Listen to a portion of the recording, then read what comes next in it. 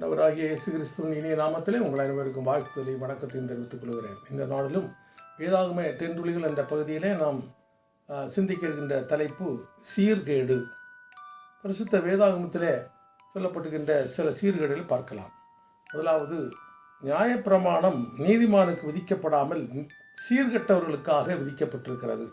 இது 1 தீமோத்தேயு 1 வசனம் 9 முதல் 11 வரை அடங்கியுள்ளது. இரண்டாவதாக, சீர்கெட்ட குமாரத்தியே எந்த மட்டில் விலகி திரிவாய் என்று சொல்லி எரேமியா 31 22 வசனம் சொல்லப்படுகிறது. மூன்றாவதாக, எரேமியா 3 22 வசனம் இவ்வளமாய் சொல்லுகிறது, சீர்கெட்ட பிள்ளைகளே திரும்புங்கள், உங்கள் சீர்கேடுகளை குணமாக்குவேன் என்று ஆண்டவர் சொல்லுகிறார்.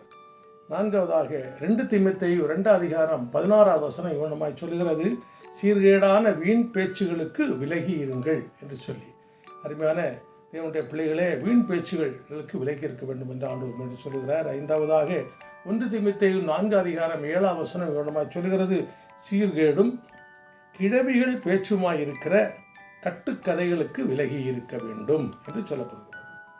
இந்த 5 வசனங்களை மட்டுமல்ல, இன்னும் வேதத்தில் பல காரியங்கள் உண்டு. இதை வாசித்து நாம் செய்ய வேண்டிய காரியங்களை செய்து மனம் திரும்பி புது ஆசீர்வாதத்தின் வாழ கர்த்தர் அழைக்கின்றார். ஆண்டவர் தாமே உங்களை ஆசீர்வதிப்பாராக. ஆமென்.